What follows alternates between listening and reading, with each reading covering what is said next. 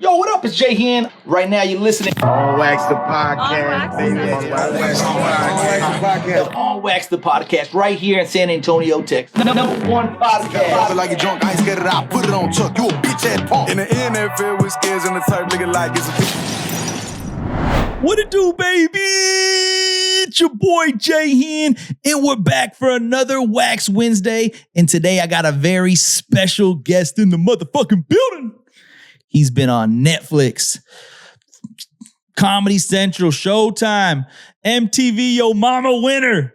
He did the Not Your Taco Tuesday right here in San Antonio at the LOL. He tours all over the world, including he has a brand new special filmed at the Comedy Store. It doesn't get any more legendary than that. He's been on every platform, every podcast, from the Rogan podcast to Tom Segura, you name it, he's done it, including All Wax the Podcast. Give him a round of applause to Mr. George Perez. What's up, my boy? Hey. What's up, dog? Man, when George Perez is in the building, you knew I had to reach out and get you, man. Hell yeah, I'm happy, dog. I heard good things about the podcast, and I was like, hell yeah, on the wax, son. Let's run it, yeah. That's what's up. Like the studio, dog. This is cool. Appreciate it. Yeah, this looks like a place that after ICE gets you and somebody saves you, you wait in this room. You're like, hey, wait, me van a dejar quedar. Yeah, man, I'm feeling it. This is where you know you're safe. Yeah, this is what's up, dog. Man, Not Your Taco Tuesday, you shut that hoe down. And I want to say for the record, man, you should have seen this lineup. That's what's neat about Not Your Taco Tuesday with Martin Moreno's. You never know what you're going to get. He ain't going to tell you all the time. Because like he said, if you don't want to show up, then don't show up. This is for the community. This show right here is for the community. We had Sean Latham on the show. They had Hooter Moreno on the show. They had, I'm just going to name a few. They had Alfred Robles on the show. G. Riley on the show. Rick Gutierrez. And that's San Antonio, baby. They had Gabriel Iglesias, Fluffy on the motherfucking show. Jesus, for a Tuesday? Martin was hosting the damn show. Yeah. And there was only one motherfucker that had to shut that whole bitch down. And he said it better than, I thought he said it better than you could have said it, period. It was like a gangbang, and he was last to go after that whole got fucking raw dogged out, got beat the fuck up. My boy George Perez came in and finished the job. Yeah, it was fun, man, last night. You know, laugh out loud, shout out to them, shout out to San Antonio. And like, yeah, it did feel like that, dog. Cause I was back there just watching everyone just dig her out, dog. Murder. Is she gonna be awake when I get there? No, but man, that's what's so neat about what Martin is doing here. Mm-hmm. Because prior to Martin, we didn't have that. We had comics come in, you know, and do a set for the weekend or whatever. Yeah. This shit right here, he's building a legendary Mexican community of comics, like you said, and they're growing now. Yeah. And you have people like you show up, and Alfred show up, and Fluffy show up, and we got some heavy hitters too from Steve Trevino and but last night was like kind of like a festival. You would have to pay $200 to see that show last night. I mean, Fluffy's in the middle of the show, dog. that's wild. Yeah, that is wild. Oh yeah. So before we jump off that, shout out to Martin Moreno. He was trying to plug George Perez to get on the podcast, not knowing that I had already scheduled George Perez to get on the podcast. So, and I didn't know if George did. This is funny. You're on my shit now. I get to talk it. I go to the bathroom, and my homeboy texts me and says, "Your homeboy just took your seat." And it's San Antonio, so I don't really know who he's talking about. I'm like, who's the homeboy? He said that Cholo dude, and I'm like, okay, it's George. So as I walk up, George is just sitting in my seat. And I'm like, I ain't fixing to fuck with this motherfucker. I didn't know what you see, dog. I was like, I'm going to take the other seat. Fuck it. So I go sit in the other seat. And then I see Martin come around and start talking to George. And so I hear him say like, oh yeah, that's on Wax the Podcast. Yada, yada, yada. You should get on.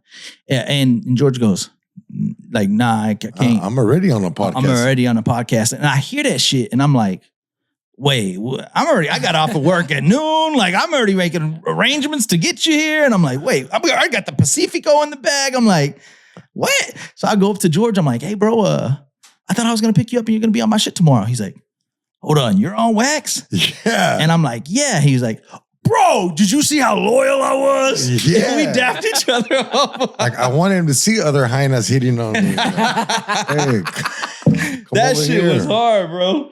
I was like, hell yeah. That shit made my night, man. But Martine gave me a shout out on the At the show? on the show. It was just like you said, it was a legendary show, more like a festival. Every single chance you can go to Not Your Taco Tuesday. It's once a month. You gotta go because you never know who's gonna show up. You know, last night reminded me of when I started comedy 23 years ago. And it was like you say, dog, when I first started comedy, guess who the host was? Oh, Felipe Esparza. So it'd be Felipe Esparza, Willie Barcena, Joey Diaz, Oh, Gabriel gosh. Iglesias, Ralphie May. No. Yeah, dog, we're all broke, except for Fluffy. Give me a hell yeah. Yeah. Fluffy, so he's been balling. For Oh, he's quite been some- balling probably since like the third time he went up. Was that like when y'all were all starting? Well, they started before me. I'm the late. I'm like the last fool of that era. Yeah. era. You know, Yeah. and yeah, it felt real good.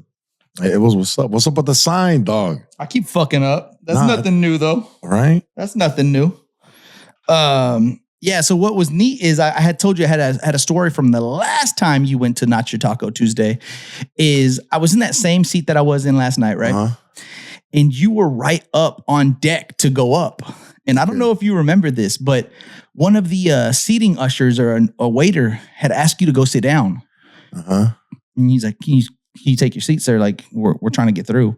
And you looked at him, you're like, bro, I'm next to get on. Like, what the fuck? I'm next to get on. Do you remember that?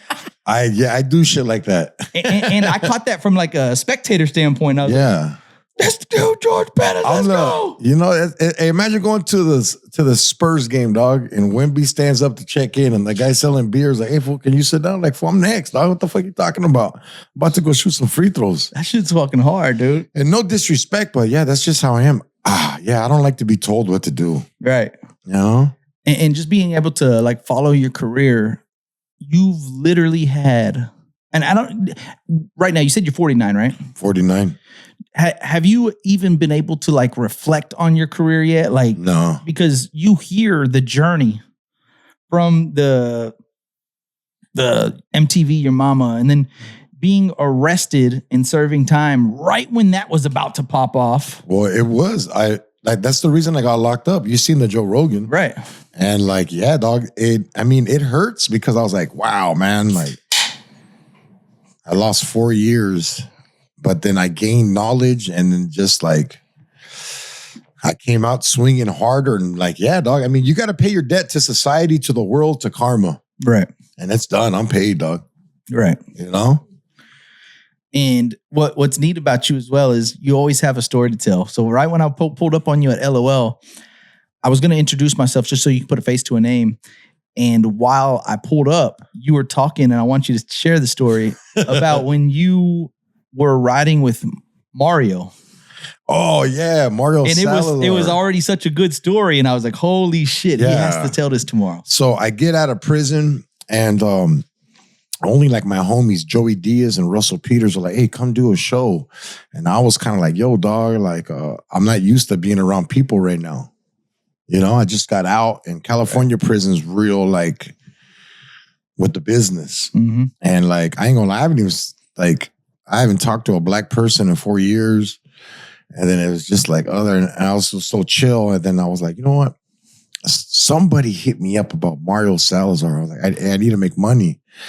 So he's like, yeah, George Perez, we'd love to have you. Remember you from MTV, Comedy Central, Mind Your Mencia, and Showtime. And I was like, all right, cool. So I'm on parole, dog. Fly out here to San Antonio, and then we have to drive to McAllen from here.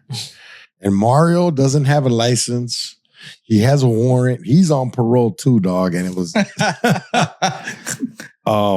Ingredients for a disaster. yeah, dog. Waiting it was just to happen. It was just crazy, dog. And that was the night I hooked up with the cop, and then I robbed her friend. It was fun. Yeah. That's all true, according to yesterday's story. Yeah, dog. Like, cause like I didn't have nothing, dog. All I had was like $400 to my name. And I needed this show, and I was just like, you know, I feel bad, but hey, it is what it is. I've been robbed too before, and this Heina had a badass pad, and she's like, that's my boyfriend's stuff. I was like, you have a boyfriend? She's like, oh, he's locked up. And I was like, you know what? He's not going to miss this watch. He's not going to miss this cologne. The officer was married to someone locked up? No, it was her friend that I hooked. Okay. So I hooked up with her friend first, and then I hooked up with the Huda the next day. Wow. Come on, dog. Come on, dog. You know, plus back then, homie, I had a supermodel body, dog. But you fucking Homie, shredded up from you could wash your cobijas on my stomach back then. And yeah, I think I had more teeth too. Yo. No, man, your crowd works great. Like I said, everything that you do, it seems like you're on an elite level with the rest of them, right? Everyone's moving to Texas. Yeah, or like Rogan and all them moved to Austin. Fluffy did the San Antonio move, but I'm a California boy, you know what I mean? Plus, I have a family out there. I got 5 kids from 4 women, and I just like I'm a good dad, eh? Like that's the reason I don't go on the road that much. Now I do because they're older. I say, how old is the youngest? 18. Okay. My oldest is 30, dog. Oh shit. How old are you? 38. Yeah, my kid's 8 years younger than you, dog. Right. Right. That's crazy, right? Yeah, I had a kid when I was 18, dog. I had a car seat before I had a car. Yeah, for sure. That's crazy. And when did you know that you were going or wanted to be a comedian? Because, like I said, studying your life and how you grew up in a big family, like you said, I think how many siblings do you have? 15 siblings, right? Yeah, I never knew I was going to be a comic, dog. Ever. I was just that funny kid. I was a scholar of comedy. I knew everything. I'd watch the HBO lates, the VHS Eddie Murphys and all that. And I was just that funny fool. Right. Since I'm the youngest of all these brothers and sisters, and my brothers would beat my ass. So I just learned to like roast them. And then I was dating this girl who was like she was a journalist for a magazine.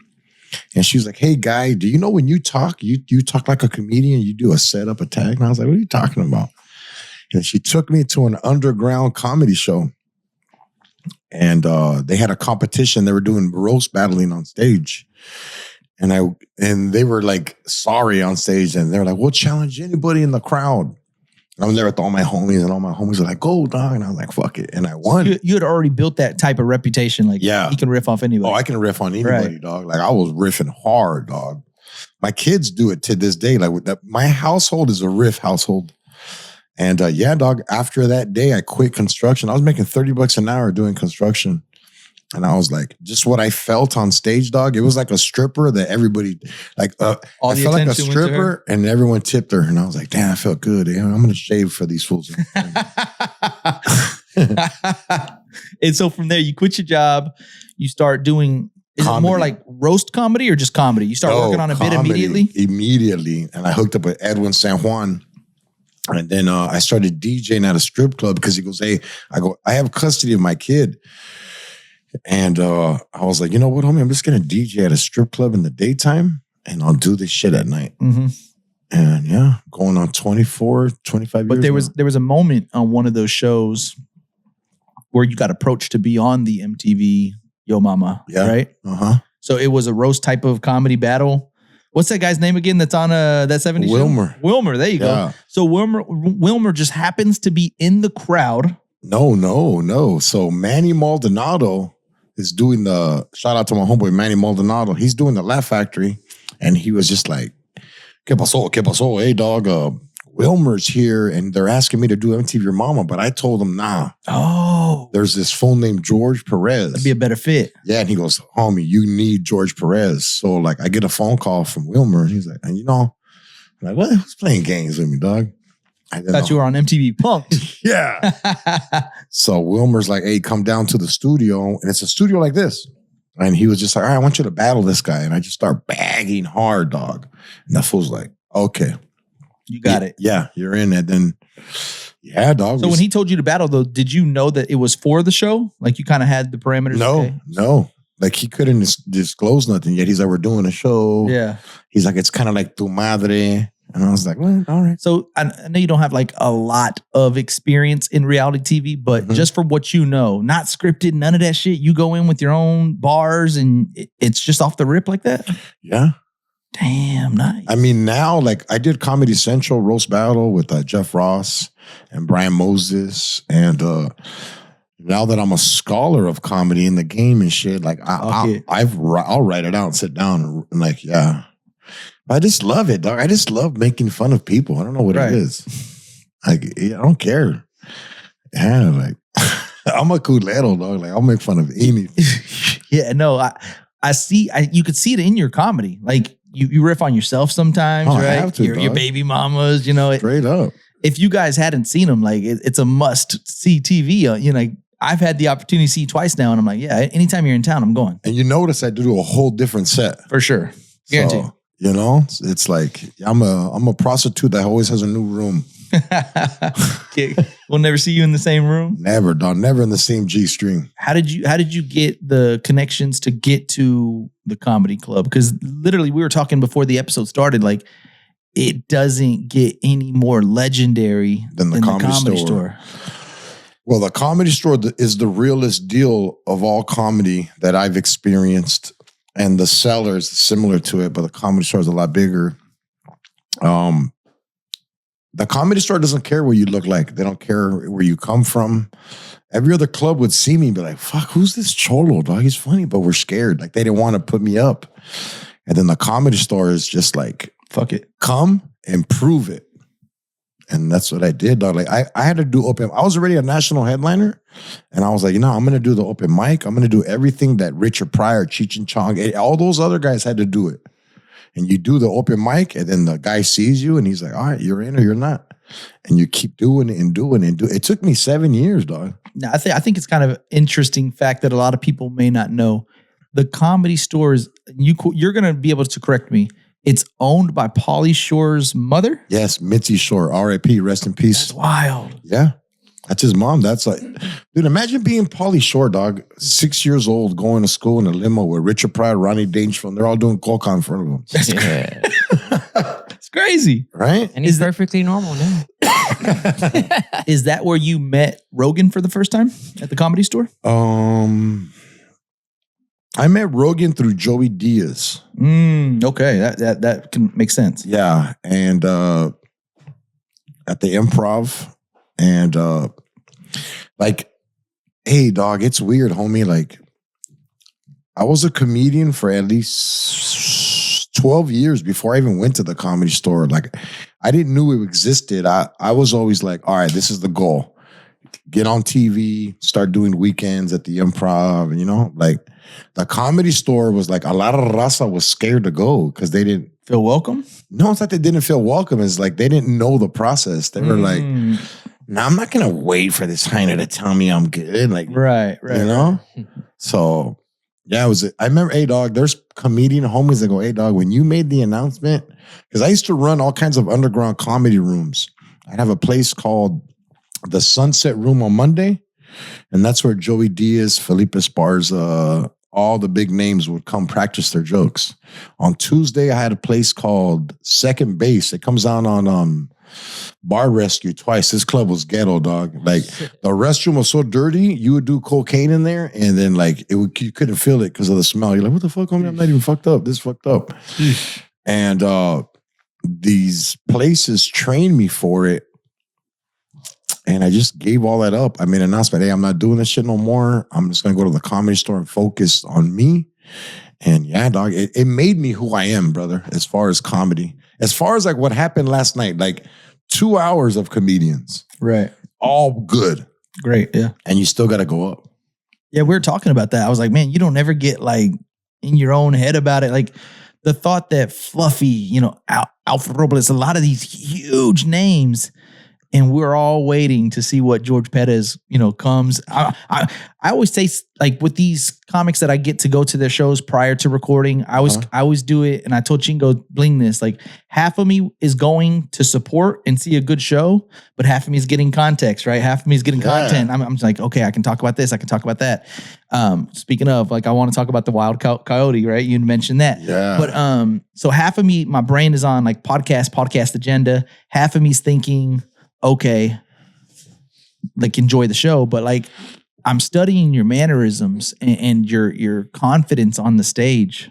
And I told you out front, like, you couldn't tell that Fluffy was like as Fluffy, like, when you got on stage, like, you delivered being the final act of the show. Everybody loved it. Like, the crowd was going fucking bonkers. I felt good, bro. I was nervous, bro. I was nervous a little bit. Yeah, no, it had to feel great. Yeah, I was like, I was like. So you had mentioned being with Mario, a while back. Mm-hmm. So San This is Antonio. the first time we kicked it since. Oh, no then. way. Yeah. I didn't even know that. San Antonio, how important is San Antonio as like a demographic for you? Because obviously California, LA is home base. Yeah. Where does San Antonio stack up amongst the rest of the cities for you? San Antonio's always been good to me. I've always come out here. I've done the upstage. You ever get to the upstage? Oh, for sure. I like the owner. I forget his name off the top of my head, but yeah. Bobby Smith. Yep. I've done the upstage. I've done LOL, but like, I don't know, man. San Antonio's treating me real good. And now that Fluffy and everybody's out here, I think it's going to be somewhere I come like every 3-4 months. That'd be dope, man. Just to come kick it, hang out. You got to try the Riot. Did you meet Gonzo? Yeah, I'm doing. He booked me last night. Oh shit, nice. Yeah, When? he was like, "Hey, homie, whenever you want." Bro, so I had a bucket of beer last night.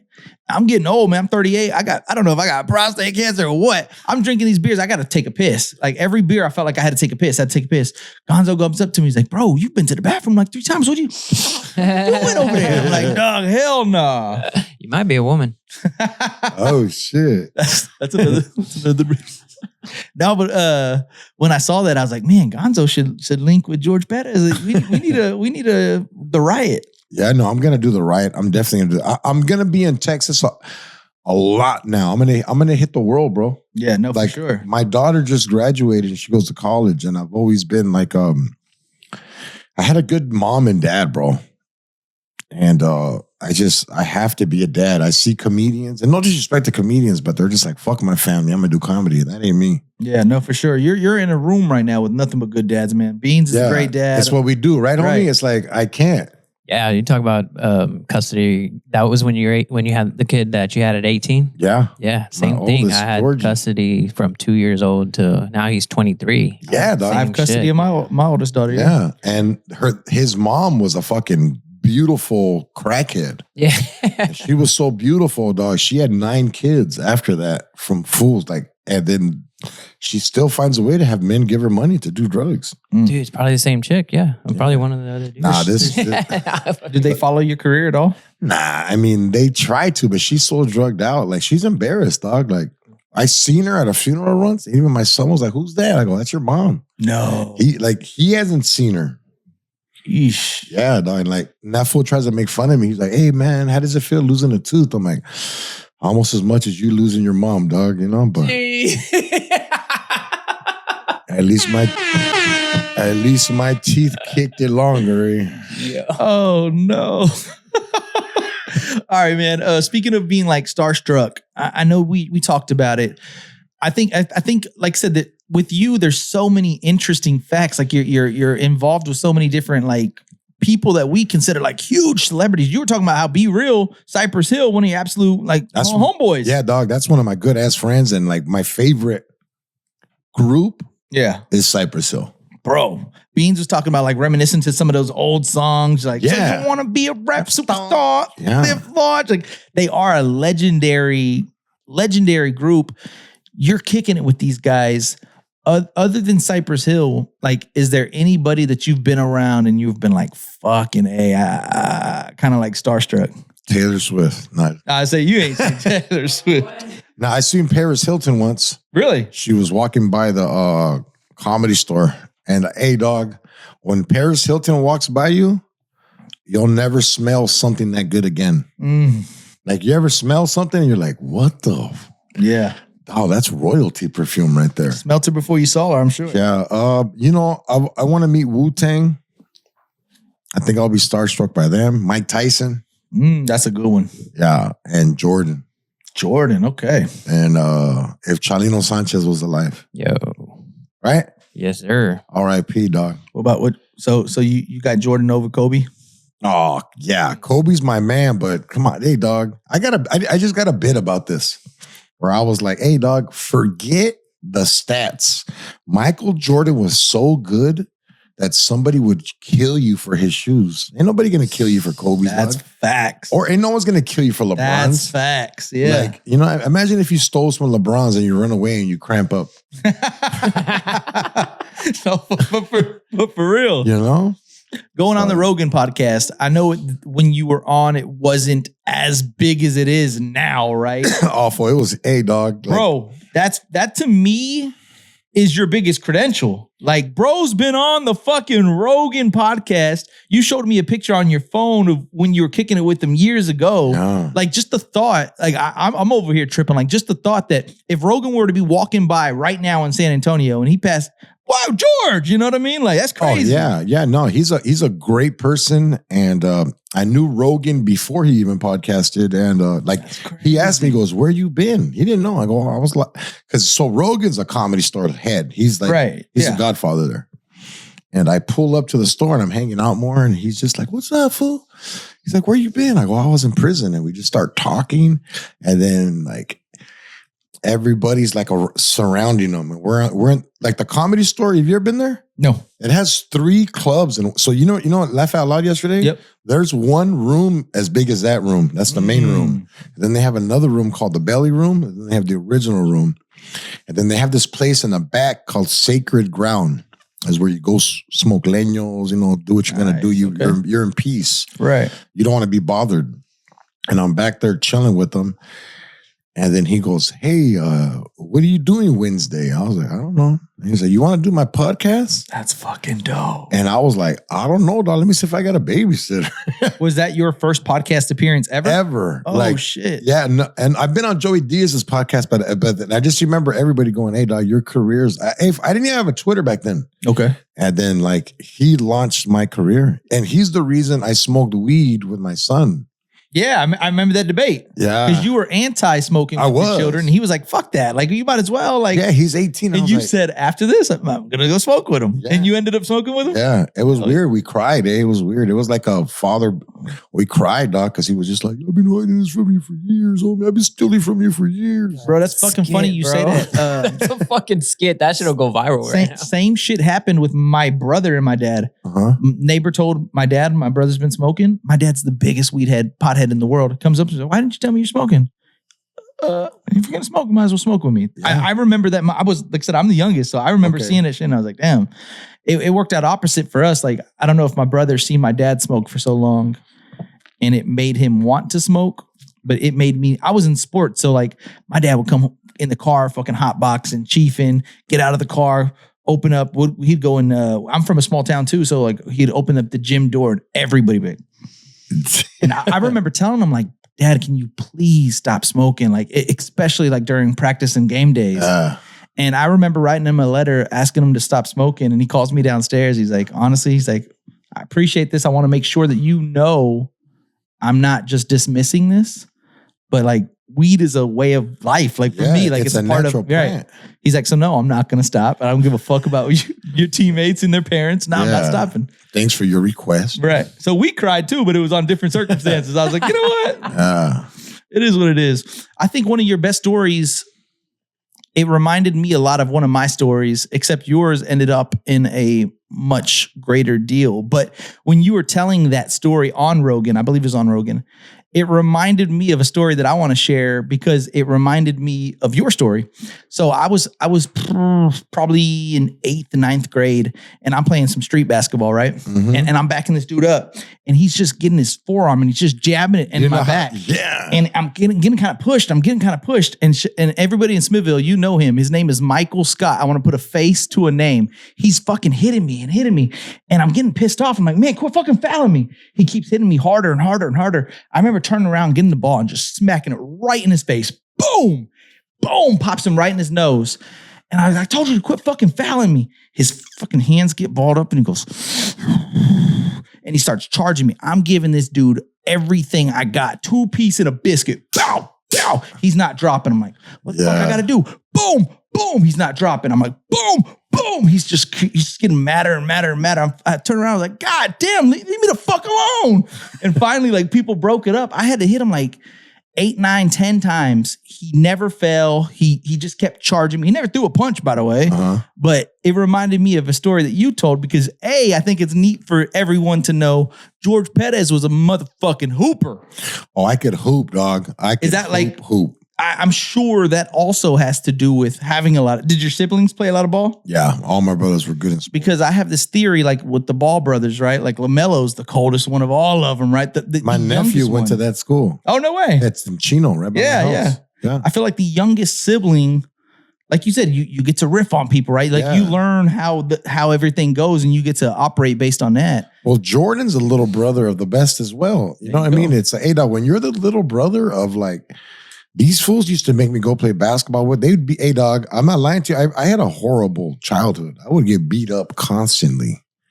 And like, my brothers would like. From your siblings. Yeah. Oh, my mom and dad too, just to be like, fuck it, we'll hit them too. Yeah. But I was a horrible kid. I would run away like at 10 years old and sleep in the backyard because nobody knew I was missing. Right. It was just like Home Alone, right? Yeah. And like, you can ask my homies, dog. They were like, hey, dog, when you go to George's, he's in the backyard and like he has little boxes he made. I made my own bed back there. Damn. Yeah, man. I feel bad, dog. I was a bad kid. Very bad. I put my mom through so much. I feel bad. And basketball helped? Now, like, my dad had 5 other, like, my dad had child support for 10 other kids. So he worked one job for child support, then the other job to be with us. Ooh. He was married 4 times before my mom. So, yeah, dog. Damn. So, like, yeah. You got it bad. Yeah, he didn't give a fuck that I played basketball all varsity. He was just like, hey, is the lawn mowed? Because did you take the trash out? All right, cool. But I heard you also say that he rewarded that type of shit. If you were making good grades, you were up on your chores. Straight up, hey, let George do whatever he wants. Yeah. Hey, dude, my dad was a coyote, dog. Like, I used to go to med school with them and dude, there was times in 1992, I had $500 in my pocket. What's the fucking math on that? How old were you? 1992, 16, 15. What would you do with $500? Fucking... At that age, I'm trying to think of what I would have done. Hotels were only like $40, $50, dog. We'd get a hotel and we plug in our PlayStation to the hotel, dog, and just chill there and like drink beers and be dumb and just, you know, like nothing like, like all my brothers had cars. I would take their cars. It was there was no cell phones back then, dog. I'm telling you, we're like the last era of the no social media, right? Like I can say I lived in an era that we didn't have social media. I was talking, I was at work and we were talking about my first job. And I was like, I remember having to get a paper application, right? Like you had to fill out the application on paper. Yeah. There was a lot of things like maps, right? Like we didn't have GPS on a phone. We had the fucking maps that we had to pull out, right? So it's funny that you say that because, I bet you remember a lot of things that are completely different now, especially like, is there any, well, I keep switching the subjects, but they're like fine. In prison, you were gone, what, 3-4 years? 3 years. Is there anything when you got out of prison where it was completely different? In 1995, the internet came out. So I didn't fuck with it or use it. Before I went to prison, it was MySpace. So when I get out of prison, there's this thing called Facebook. Ah, okay. And like before I go to prison, the phones were flip. Yeah. And I remember getting out and somebody hands me an iPhone. Yeah, there you go. They're like, Okay. hey, do you want to call your people? And I was like, What the fuck is this? I go, hey, homie, can you open it? It's like where's the numbers? Right, yeah. Yeah, and yeah, dog. Fuck, homie. Getting out was a trip, dog. Like, I wasn't really tripping on the internet and all that stuff. I was just like very emotional with my kids, dog. I felt like I let them down, and they just gave me that look like, hey, homie, what's up? It's crazy though, because I was in alternative school during high school, and we used to get visitors from ex-inmates, right? And this guy was telling a story, and he said the first day he got out, I guess if you don't have a ride out, they just like put you on a public bus or something, right? And he says, I remember he was trying to, I don't know if he was like trying to intimidate us or what, but like, he's like, I sat right in the motherfucking front and I was smiling like a motherfucker. And the bus driver looked over at me and says, man, what the fuck are you keep smiling at me for? And he looks at me and I look at him back. He's like, man, I'm just happy to be out that motherfucker, man. Yeah. And we all started laughing. He's like, it's not funny. It's not funny. Like, you don't want to understand when you waste your time. He said he misses his daughter's birthdays and this, that. He's like, bro, you don't get it. Like, I couldn't wait to get out to rebuild those relationships and get those connections back. And I was like, damn, that's kind of crazy to think that, like you said, you see shows like 60 Days In and like Little Time. And those guys are fucking fake. Are they really fake? Fucking fake. No way. Hey, homie, I remember getting out of prison and my girl picked me up and my daughter. And this is what sucks, dog, is I got locked up and my daughter was my lady was pregnant. I didn't even get to see my daughter's birth. The first time I met my daughter was on she was 1 and it was my birthday. Yeah. And like, this is how weird it is, though. You get out of I got out of prison. I'm sitting in the car, you know, and I look at my girl. I go, "Hey, is it okay if I roll the window down?" She's like, "Why are you like you're just used your program?" Right. And I just sitting there, dog, and just like exactly how that fool is, just like fucking looking outside. Yeah, like, what? There's an in and out here now. Hell yeah!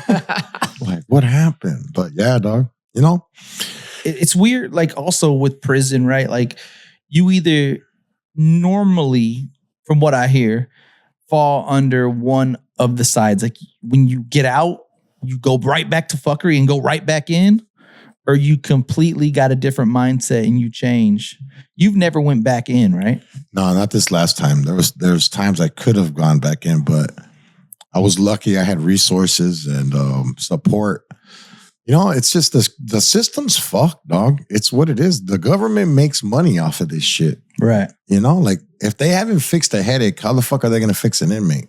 Right. Like you can't, like Tylenol needs to make money. The prison needs to make money. And there's just, and a lot of fools really just want to be back there. It's a life some people fucking love, dog. I can't understand it. Yeah. Like I got a brother. This fool's been locked up 8 times this year. And this fool's like, hey, just fucking go in there, see the homies, come back out. No, that's crazy because you do hear that type of shit. Yeah. Like I got a place to live. I get at least 3 meals a day. You get to kick it with the homies. I think it was you that also said it on Rogan. I can't remember exactly what platform, but you said you miss some of those days. Some of those people. Every right. day. Yeah, it's like, crazy. Today I woke up and I was like, fool, you're a loser. I always wake up and look in the mirror. I go, you're a loser, dog. When you had nothing, you would wake up, make your bed, push-ups, burpees before 6:30, dog. So you just feel like you got complacent in the real world. Yeah, then my other head goes, fool, you didn't have nothing out there. All you had to do was be a man, stay clean, and hold your word. Out here, you got to be a father, an entertainer, a worker. You know what I mean? It's like, hey, dog, it's hard. You'd also said that in the prison world, I thought this was interesting. So like, I want you to expand on it. You said on the prison world, I don't know if you didn't have time or you didn't have interest, but long story short, you didn't write jokes in prison. No. Like, so help me paint the picture. You're doing comedy. You're getting paid doing comedy.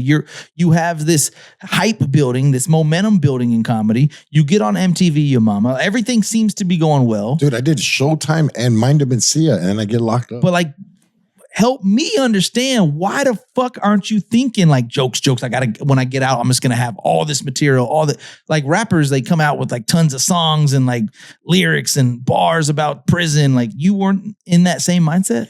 Nah, I was more like, how do I say this cool? I'm a gang member, brother. Right. I'm not in there to be like, fucking, hey, I'm a comedian. Hey, Find the funny in prison. Hey, help me write this joke. Hey. I was more in there like, what's up? What needs to be handled? Like, all right, cool. Like that's, and then like later on, so you have a TV in prison. Nobody knows I'm a comic, dog. Right. And there's a TV. Everyone has a TV on their bunks. And you remember MTV Dos or MTV Tres? Oh yeah. Oh yeah. Guess what comes out on that show? They have MTV Tres over there? Yeah, because back then they give you an antenna. You were like, fuck, what channels can I find? There's a I already know program. it comes on. MTV Your Mama. And then fools are like, what?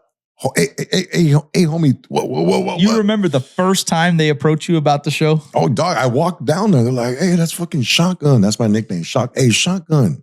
And I'm just like, oh, yeah, that's what I used to do. And they're like, what? No, pause. Yeah. Damn. And then now the guards, the COs are like, oh, shit, that's fucking George Perez. Right. And you're not allowed to talk to guards. So I would just have to be like, nah, it's not me. Eh? You denied it. Yeah, it's not me. Until finally one day the warden comes down and the warden goes, hey, Sacramento's coming down and the state of the board, they want to see how our rehabilitation process is going. We know you're a comic and would you perform? And I was kind of like, hey, homie, like I need to get permission. From who? From who? Your gang members. Not gang members. Like when you go to prison, you're going into someone's house. Right. Someone's not going home. Hierarchy of some sort. Right? Yeah, you know what I mean? And I asked the homie and he goes, yeah, take somebody with you to make sure you're safe. Oh, shit. Nice. And, you know, like I have to talk to the other races so everybody knows that, hey, if you're going to come to this show, you know, like you can't get offended or nothing. Nah, they were like, fool, talk shit on me. Yeah. And hey, dog, it was kind of like fucking, I said this on the Rogan podcast, dog. I went there and they paid me with Kentucky Fried Chicken and 2 fucking Pepsis, dog. I came back. And you broke bread with your people. That's what hey, homie, you can't. You know what I mean? You can't be like that because these are people that are willing to die for me, my homies that have been there, dog. Right. You know what I mean? We're out there fucking, yeah, it was cool. And then now I'm a comedian again. You flipped the script. No, the guards were like, hey, dog, we want you to come to every dorm and do a show. And then that was my hustle. Like I would walk in with my laundry bag and folks would throw sopas in there, food. That was my hustle. Nice. Yeah. Did it help you get out any sooner or no? No. Okay. Because I had violent crimes. Right. Like I was supposed to only do 1.5 years.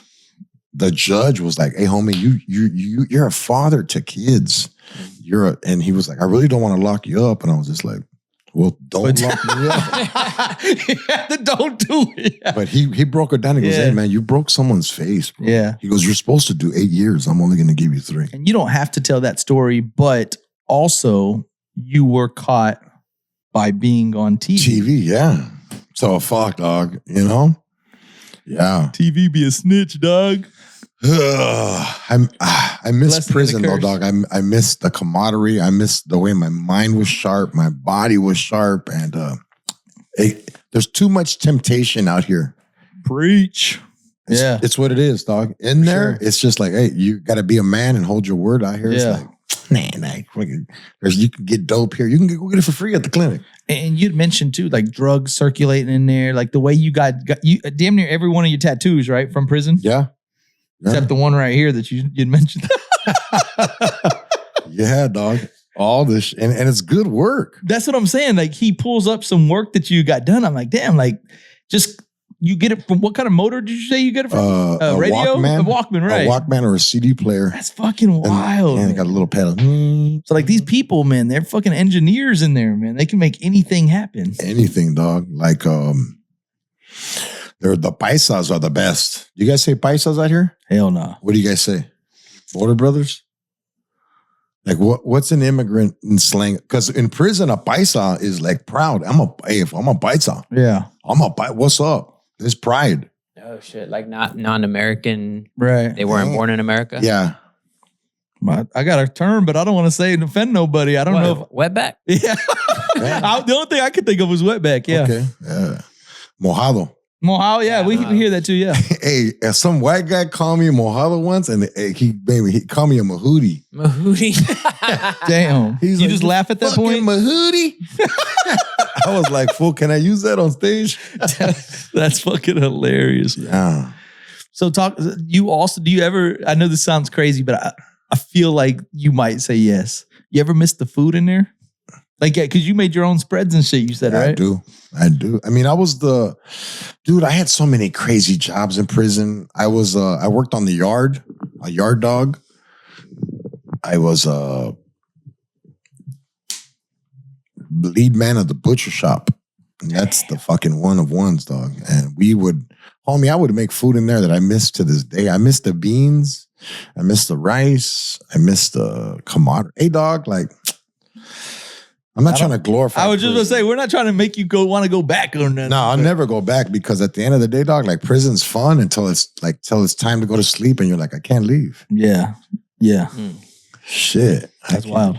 And then like, I'm mad they had me do comedy because now in my head, I'm like, fuck.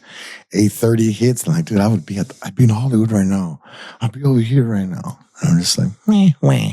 Yeah, but you have to understand, like, you were probably that only entertainment for the day for those guys. Like that outlet of entertainment. There was other entertainers in there too, dog. What type of entertainers? Actors. There's a fool in there. way. DeAndre Bonds. Is that the fool from Snowfall?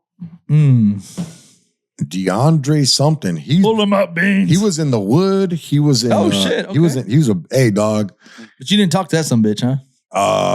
Yeah, that fool right there, dog. We were together. No way. And like, a lot of people think it's like racism, and it's not. It's like a respect too.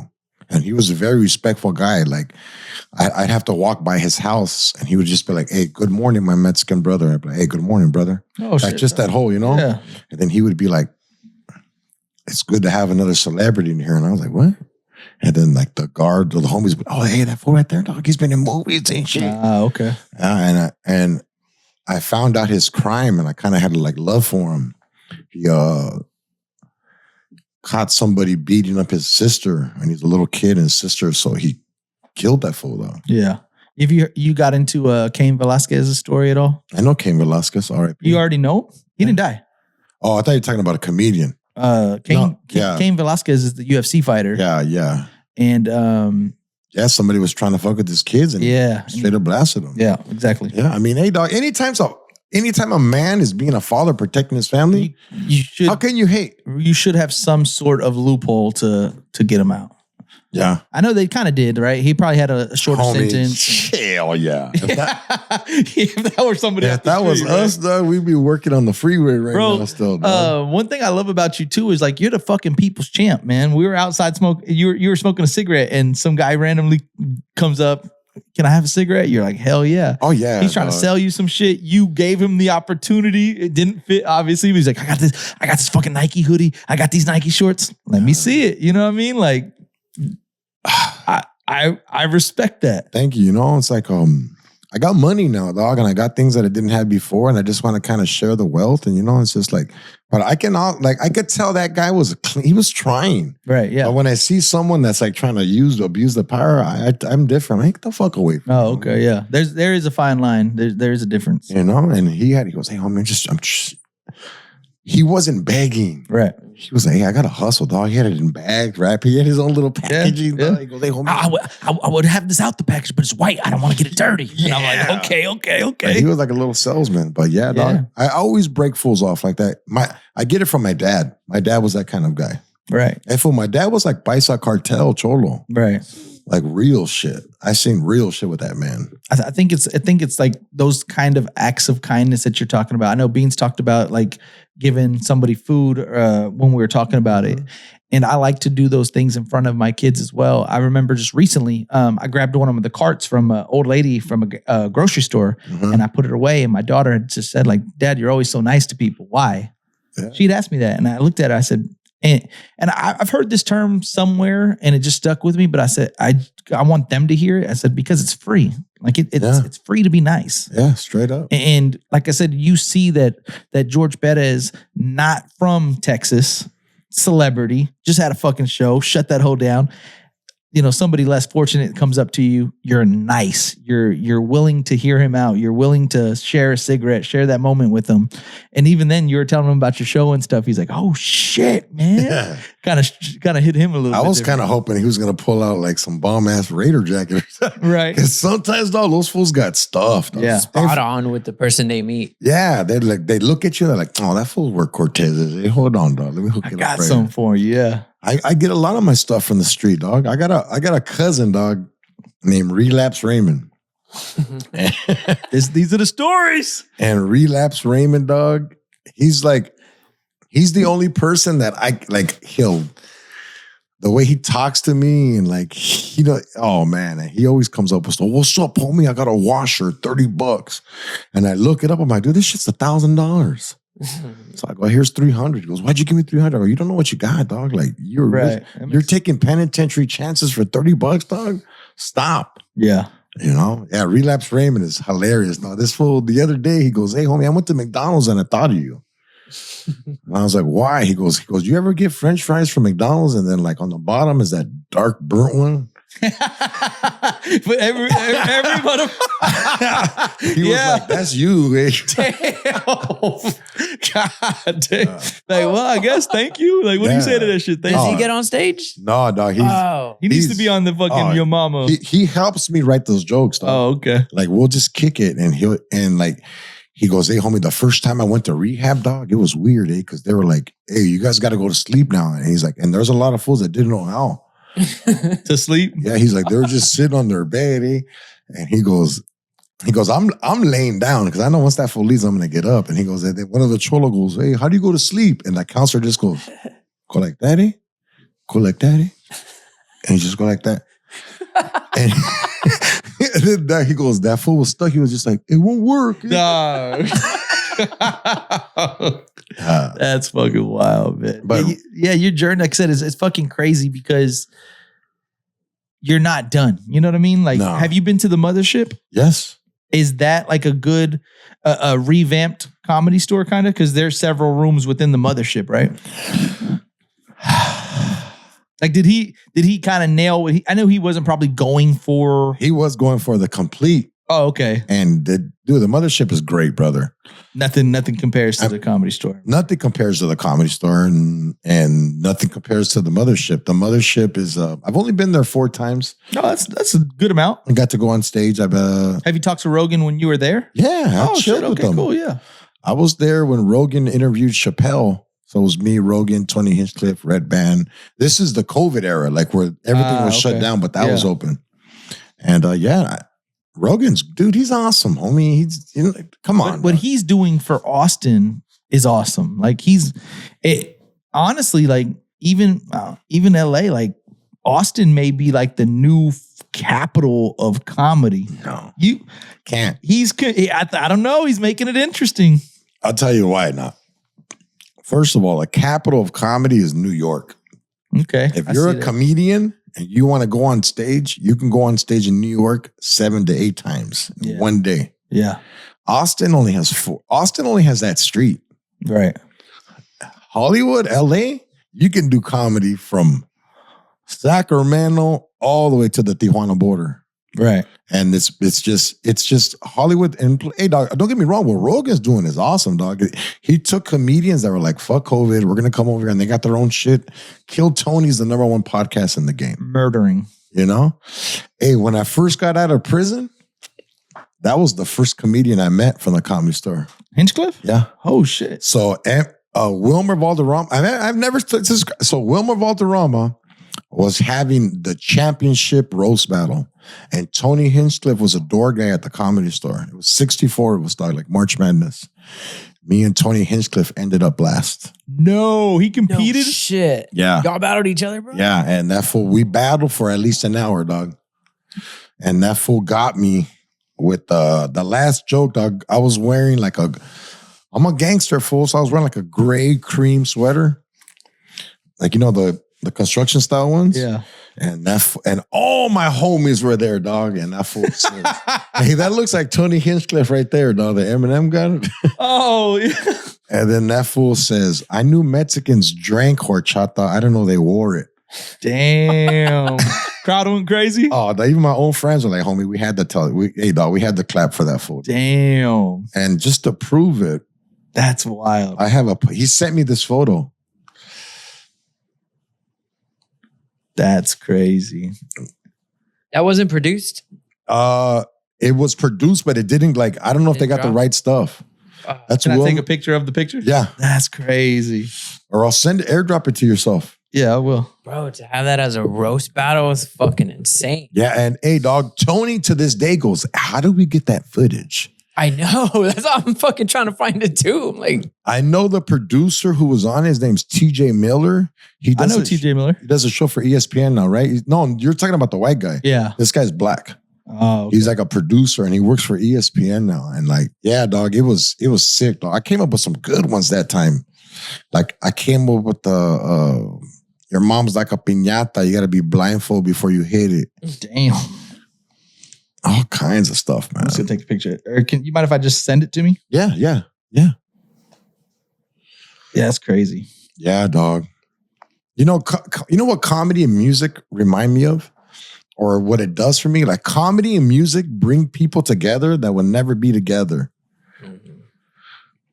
Like I would never hang out with Tony Hinchcliffe. Right. If I didn't know. I would never hang out with none of these, the people that I meet. I'm just like, well, that's some good. But they're cool people. Yeah, hey man, we share the same interests. Yeah, that was great. What kind of music are you into? Homie, I love everything. I know you'd mentioned Wu-Tang. Oh yeah. I mean, hip hop and all that, but I'm more into funk. Okay. I kick it with Funk Freaks, the best Chicano hip hop rap DJs in the game right here. Funk California? Freaks worldwide. Oh shit, nice. Right now, my homie Debo's in Europe. Shit, okay. And they do Spain, Barcelona, Funk Freaks. Hey, based out of California? Yes, Santana. If you fuck with Funk Freaks, you fuck with me. You're my boy. But hey, brother, I love everything. I love country. I love ED. Nah, I don't like EDM. I like jazz, oldies, corridos, mariachi, country, classic, 80s, hip hop, gangster, whatever, brother. I love it all. I gotta hear the stories about Wild Coyote because you told me about the vibe that was there. Homie, Wild Coyote was like the Mexican Apollo. Right.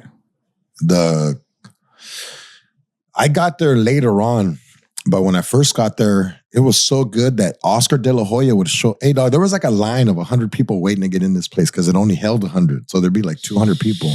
And Oscar De La Hoya's in there. Paul Rodriguez, Felipe, Fluffy, Ralphie May, R.I.P., Alonzo Bowden, Joey Diaz. Hey, dog, did you hear Alfred? He goes, homie, I would take the bus to get there and I wouldn't even get on stage. It was just he would get up.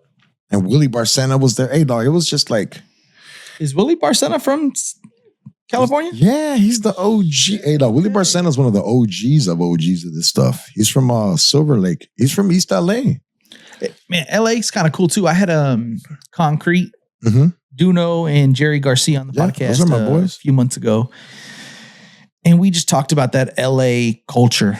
I mean, we were talking about how me and you were talking about how the comedy club is, legendary, right? But that whole culture, the movies that come from LA, it's Blood In, Blood Out. I mean, Boys in the Hood. Duno was talking about how in Training Day, that was his neighborhood in one of the scenes. And I was like, damn, it's kind of crazy to think Texas, we have our own Mexican culture. California has their own Mexican culture, but you guys have more of that, that Chicano. It's Hollywood, bro. This is what trips me out. I go other places and I notice the Mexican doesn't have the same power that he would in California. How so? I remember being in South Carolina and I was just yeah, no. Yeah. What the fuck are you? You're nothing. Yeah.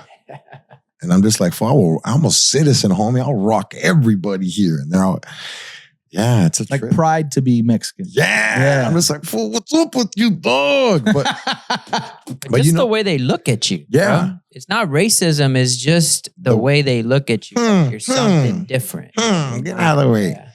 But yeah, dog, I love it, man. I'm not from LA. I'm from Orange County. Orange County is the next county over from LA. I love LA, but I'm from Orange County. Right. We're you got LA, Orange County, IE, San Diego, all same, but just a little bit different to identify the differentness. You'd say from like a Big Brother standpoint, is it LA and then like the Bay? Like, are those the two big boy cities in the California? No way. It's LA, Orange County. Orange County number 2?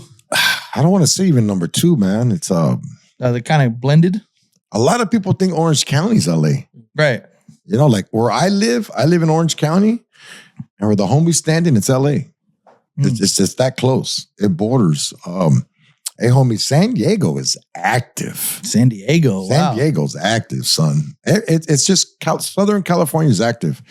But LA would be the big brother because they're older with it and they're a lot deeper. Okay. That makes sense. Like there's still to this day, people are like, hey, homie, come out here. I go, no, I don't think it'll be right. Because I know the way I look and I just know, nah, dog, you can't go to some certain neighborhoods. They don't play that. I don't give a fuck if I'm a celebrity.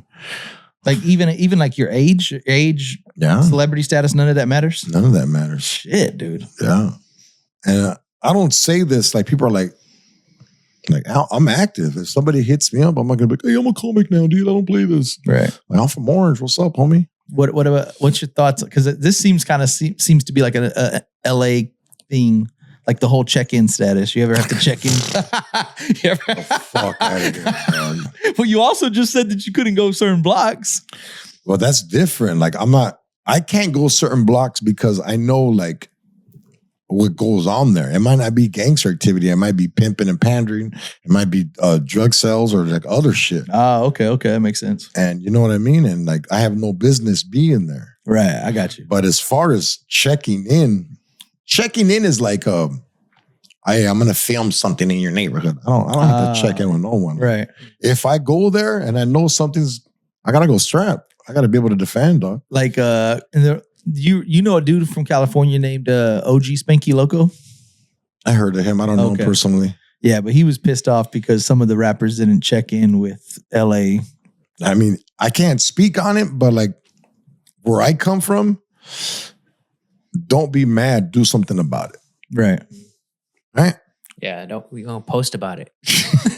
It's like, yeah, this fool was over here. Yeah, how could we like? And I'm not saying anything about it, but that's So just why didn't you do something about it? yeah. Like you're putting it out there. I'm like, nah, dog. But like, out of respect, there's a real hood podcast out there called Hood Stocks by Lucky. Yeah, for sure. And I remember, dog, we did it once, and like these fools had to escort me in because there was like a war going on. I didn't know it was like that. Oh, Wow. homie, he had to change studios. It was active right there. Boyle Heights is active. That's where they filmed La Onda, Blood In, Blood Out. Yeah. And like he was like, do not get out of your car. He's like, and I ain't gonna lie, I was just kind of like, fuck, shit's gonna go down right here, dog. God damn, dude. Yeah, that's what's up. That's Hood Stocks right there, my boy. Shout Shout out to Lucky, dog. That's great. That shit looks hood as fuck, bro. No, yeah, I've watched a few episodes. They have some good guests on there every now and then. Oh, he has great guests. Yeah. I did it when he had it at his house, the original one. Nice. Yeah. 49 years old. Is it safe to say the prime of your career? Yeah, I think so. Man. Yeah, right now I'm about to unleash a lot of stuff. You know, I got this vinyl album out that's sold out. There's only 20 left, dog. George Perez, This Cholo's Crazy. I do skits on it like Cheech and Chong, and then I do 2 songs on there. And like, hey, homie, I want to write a movie, but not like just different stuff, dog. Like comedy? Everything, comedy, drama, suspense. Watch out. Oh, the Henny. There you go. No, I feel like you're in the prime right now. And it sounds like you have a good head on your shoulder. It sounds like you're laser focused. It sounds like you know what you want. Before we get you out of here, you do have a comedy special coming out that you filmed at the main room at the comedy club. Comedy store. Comedy store. Main room. My special is called Misunderstood. Why that title? I'm always misunderstood. Like, have you seen me, dog? You're like, oh, this fool's gonna trip. And you see me, I'm all nice, chill. Yeah, for sure. So I'm just misunderstood. And a lot of my jokes are like, oh, you're offensive. I'm like, no, I'm a citizen. I know my freedom. I'm an artist. Right. You know? So don't get me misunderstood. This your first comedy special? My first special that I put out. The other ones I sold like on DVDs back in the days. But this is the one that's like, all right. Probably my third special because I did Showtime. I've done other stuff, but this is like, this is George Perez without Hollywood saying, you can't do this, you can't do that joke, you can't do that joke. It's like, Charles, homie. I'm independent now. What's up? Boom. Filmed at the world famous Comedy Store. Directed by Esteban Oriol. Cypress Hill's in the crowd. Danny Trejo's there. No. The Mayans are there. Shout out to my boy Frankie Loyal, dog. Shout out to Joker Brand. Hell yeah. Funk Freaks are there, and it's just like, it's Party. somebody sent me a picture right now. No, not right now, but like you were telling me of pictures, and like that's the line to get into my show. Look how many cholos are there, dog. Golly. I want to take a picture of that. I'll send it to me. But yeah, that's crazy because I might use it for real. That's crazy, man. Airdrop it to the Mac. To the MacBook. To the Mac attack. I said Jay's Mac on there though. Is that you? Yeah. Oh, okay. I didn't know if that was you or not. Shout out to WWF. You got the belt right there, dog. Yeah, sure. People. You a big wrestling fan? Nah, but my best friend is. I used to be. I was a fan when it was WWF. Dog. Yeah, me too. Yeah. They would talk about some of those scenes, those skits, like the storyline back in those days, bro. Fucking wild. Yeah, dog. Who's your favorite wrestler? George the Animal Steel, not. Everybody loved Hulk Hogan, dog. Hey, It was Hulk Hogan. It was the Ultimate Warrior. that was my favorite. Yeah. I liked Andre the Giant a little bit, but then he had no like charisma to him. He was just a monster out there doing dirt. Who are those fools, dog? The two brothers that were Bushwhack Bros? no, Legion of Doom. the fools that were the Hitman Hart and Brett and Owen Hart. yeah, The Rockers. The Rockers. Yeah. Yeah. What was it? Was it a cousin? Bulldog? British the Bulldog? Yeah, the British Bulldogs. He was married to one of their sisters or something. Yeah. Brother-in-law? Junkyard Dog, Jimmy Snuka, Ricky Steamboat. But you know, it's just I remember I had WWF figures that were just like stiff. They wouldn't even fold. He would just like, yeah. What's your favorite movie? There's a fucking Of all time? Yeah. Sick, huh? Hey, dog, you see that? That's rowdy, bro. That's you. Yeah, look at my name up there, dog. That's fucking crazy. Yeah. Don't you just pull out that picture when you wake up and you're like, you're a piece of shit. Yeah. and just like, Because I'm like, hey, what have you done since then? Nah, fuck all that. If you're happy with that, just go be a gangster again. Like, even though, like, just go, like, and I'm not saying that go be a gangster again, but just be like, all right, fool, just slang dope and hustle and get your fatty out. But nah, I'm like, nah, I got to beat that. that's I gotta also an beat it. important quality. Like you wake up with that feeling, but it's because it's driving you to be better than Yeah, even like, that. hey, nah, like, yeah. Top it. Yeah, dog. That's my what's that shit? The Superman. That's my Kryptonite. kryptonite. Oh, Like I'm not happy with anything. yeah. Same. You know? That might be you think that's a Mexican thing? I think Good. it's I'm the same way, right, Jay? Yeah, I'm not happy my with stepdad, shit, bro. full blown ass Mexican from Mexico. You can't make him happy. yeah, it's because we Birthday, want give him more. a present. He just Yeah. thanks. Well, they don't know the experience. Like my dad never told me he loved me ever in his life, but he would tell my kids. Yeah, But look what it made us, dog. Look what it Yeah, made us. exactly. right. And that's a lot of comics say there's some sort of hardship that happened in their life to make them who they are today. Yeah. That's why sometimes I'm mean to my kids. Like, you guys fucking have too much. You get the fuck out of here. What's going on, Dad? I'm like, you guys got to experience abandonment somehow because all these things in life come to you. Well, I'm sure with the traveling and everything, you're all on and off, right? I know they're older now, but still. Yeah, and I mean, but like, they're at the house right now, probably eating my food, throwing a party, dog. These fools are savages, dog. I love my kids. Hey, dog, like, I like being around my kids because they're all adults now. And we just sit down and we eat and we roast each other, dog. Hardcore roast. What's your favorite thing about being a dad? Love. And do you show that affection that your dad didn't show you? Or you try to keep it like your dad? My mom loved me more than anything. And my dad didn't know how to love, but what he did for me, I would like. So my dad had 16 kids and I'm the only one he raised because he was working those 2 jobs. So he retired when I was like 11. And then that's when you're just like, you noticed I started changing clothes.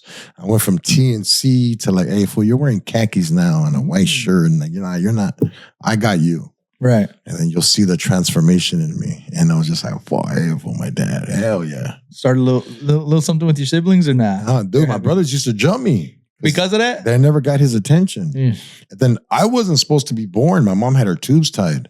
So all my brothers are a year apart, except for me. I'm 4 years later. So yeah. Hear that, boys? Don't listen when she says it. Yes. No, for real, dog. Don't even. I put a Tic Tac in my dick hole now. Like, oh, God damn. Man, when girls give me head, they're like, damn, my breast's nice. Like, it tastes good, don't it? That's fucking crazy. Yeah, like I said, you have to get back on the podcast next time you're in town because I just for feel sure, like brother. There's so much more. I mean, seriously, like I try to do my due diligence and listen to different episodes and different things and try to get to know you.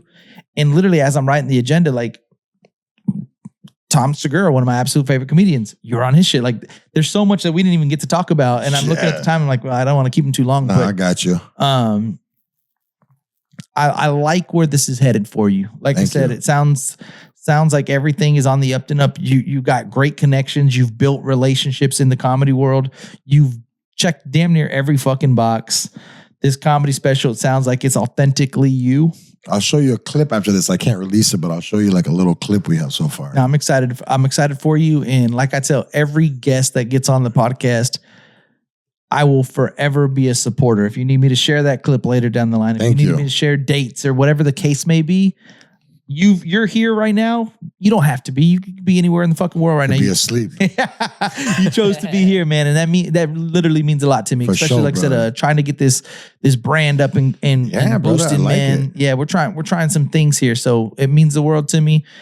Very interesting person, like I said, very successful, very funny. And I can't wait to see what's next for you, man. Thank you, brother. Shout out to Joker Brand. Shout out to Funk Freaks. Shout out to all the George Perez Story fans. I stopped doing my podcast for 3 months because I wanted to do what I'm doing now. And so like, hey, it's coming back. We got huge guests coming. And whenever you guys are in Cali, come through. Dog, fuck with me. That'll be fucking hard, yeah. Yeah. What's the name of it? George Perez Stories. George Perez Stories? Yeah, GPS. Hell yeah. He hooked me up with this, man. It will be forever at the studio. It's going to be here with the rest of it, man. Thank you so much, George Perez. See you at Wildside tonight. You'll be at Wildside, right? Yes, I'll be at Wildside tonight, dog. I think it's sold out. It only holds 50 people. Yeah, you're going to love it. It's sold out every Wednesday. Yeah. We'll be there. Love it. We'll be there tonight. Fuck yeah, brother. Wait, gracias. George Perez, San Antonio, on Wax the Podcast. Let's go. Yo, this is George Perez, and you're watching On the Wax Podcast. If you're gonna do it though, hold up, time out, pause. Man, there's just You got to do it right though. This is the On song. Wax, on Wax the Podcast. Okay, You don't know how many people get that shit. They think I'm just fucking druggy too. I think it's you. Yeah. On Wax. This is my song. You can hear it? Yeah, we can hear it. Why can't I hear it? We can hear it. In the podcast hear this, Beans, if we can hear it? Probably. Yeah, it's good. Hold up. We ain't done yet, baby. Tacos. I played it because I wanted to hear it. Concrete's on it too. No. Oh, Concrete can fucking rap his ass off, bro. We call him the Mexican game, right? That's the Loteria. I wouldn't say that, but let's not go too far. That's what they say. Yeah, game is hard. Yeah, game's dope. All right, yeah. This next fool right here kills it. It's only working on one of my. Yeah, same. That's weird. Are you playing it from YouTube? Yeah. Yeah, I think. Oh, is that what it is? Yeah, these fool that put on. I got mad at these fools. Oh, that's wild. Yeah. And I'm going to release all this on Spotify and all that. I just wanted to sell the first 10,000 copies to my fans. Okay, so real quick, other than you got the record, you got the special. Mm-hmm. What else you got cooking? I got a movie I'm working on right now. I can't talk about it. Filmed in LA? I got a lot. I can't talk about it. But shit's coming. Oh, shit's coming, dog. And I'm actually going to start a sketch comedy series, but like OG style. Nice. None of this. I'm not putting nobody down. I'm just original, though. Right. It's going to be your own flavor. Yeah. You know what I mean? Yeah. Yeah. And then I got a show at the Comedy Store called Funk and Funny Fridays, and it's what you seen last night. Okay. But I do that once a month with. So the Comedy Store is the hardest club in the world to get in. I invite every Chicano comedian that I think can hang, and I put them on my show. That's how I met Alex, and I have fools that would never. Alex had been on the show? Yeah. Oh, shit. Fools are like, dude, what's going on here? And it's in the Netflix festival next month. You'll be featured in it? No, it's my show. Right. But will you be on stage? Yeah. Hell yeah. I'm the host. Oh, shit. Dope. Yeah. So, yeah, that's what's up. Guys, where can they follow you on social media? George P. Comedy. There it is. And yeah, those are all my clips right there from Funk and Funny Fridays. Like, hey, dog, Fluffy stopped in. Anybody who's somebody has stopped in. And I'm working on cartoons. You see those cartoons? I'm doing cartoons now too, dog. That's going to take over. Yeah, so that's what we do. Oh, that's dope. Yeah, that's hard. Yeah. That's your art? No, that's my boy. Shout out to Mike Meds. He does all my animations. Nice. Does he talk to Relapse Randy or Raymond? Nah, Raymond. We need yeah, you gotta keep you gotta keep Mike Meds away from Relapse Raymond, bro. Damn, that'd be wild. Them Hell two collab. Yeah. On Wax the podcast. On Wax. Give me one. What's up? This is George Perez, and you're listening to On Wax, the podcast. Hey. Give me a hell yeah. We out. Hey yo, it's your boy Jay Hen, and I got some very exciting news for you guys. If you guys like to have fun and you like to gamble, and maybe you can't always afford to go to Vegas, don't worry about it. I got you covered. If you're in the San Antonio area, you must visit Rustler's Club, located off 410 and Ingram Road. Follow them on Instagram for more information at Rustler's Club SA, and let them know On Wax sent ya.